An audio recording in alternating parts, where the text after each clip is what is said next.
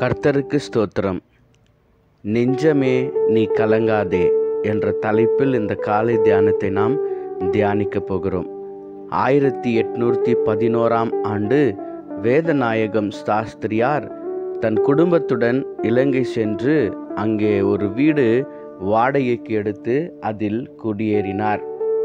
ஒருமுறை அவருடைய குடும்பத்தினர் தங்கள் உடைகளை ஒரு சலவைக்காரரிடம், அதாவது ஒரு டோபியிடம் தங்கள் துணிகளை துவைக்க கொடுத்தார்கள். ஆனால் அந்த சலவைக்காரரிடம் இருந்த துணிகள் அனைத்தும் களவு போயிற்று. அடுத்த வேலை போட்டுக்கொள்ளக்கூட வேதநாயகம் சாஸ்திரியாருக்கு துணிகள் இல்லாமல் போனது. இதனால் அவருடைய ஊழியமும் அங்கு தடைப்பட்டு போனது. அப்பொழுது அவர் கலங்காமல், மனையோடு கொள்ளை போனாலும் வானமே இடிந்து விழுந்தாலும் நெஞ்சே நீ கலங்காதே என்ற பாடலை இயற்றி அவர் உரைக்க சத்தத்தோடு பாடிக்கொண்டிருந்தார். இப்படி அவர் பாடிக்கொண்டிருக்கும் பொழுது வெளியே ரோட்டில் நடந்து போய் கொண்டிருந்த ராமலிங்கம் பிள்ளையானவர் அதை கேட்டு மிகவும் மனம் உருகி போனார்.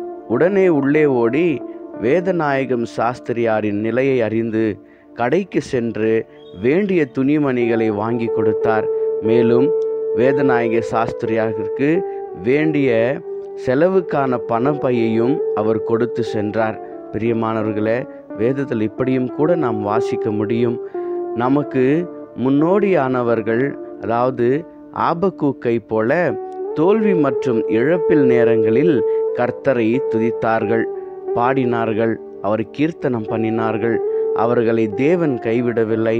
அவர்கள் பொருட்களை இழந்தாலும் தங்கள் சந்தோஷத்தை இழக்கவில்லை. யோபுக்கு வந்த இழப்பு மிக பெரியது. அவனுடைய மிருக ஜீவன்கள், பிள்ளைகள், ஆஸ்திகள், அந்தஸ்துகள் இருந்த எல்லாவற்றையும் ஒரே நாளிலே யோபு இழந்தான்.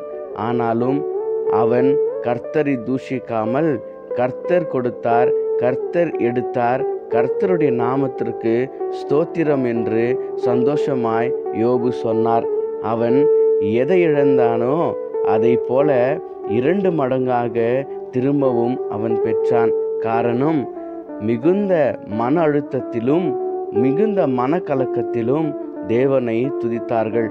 ஆபக்கூக்கும் தோல்வியை கண்ட போதிலும் அவன் அதை பெரிதாக பொருட்படுத்தாமல் தேவனை துதித்தான்.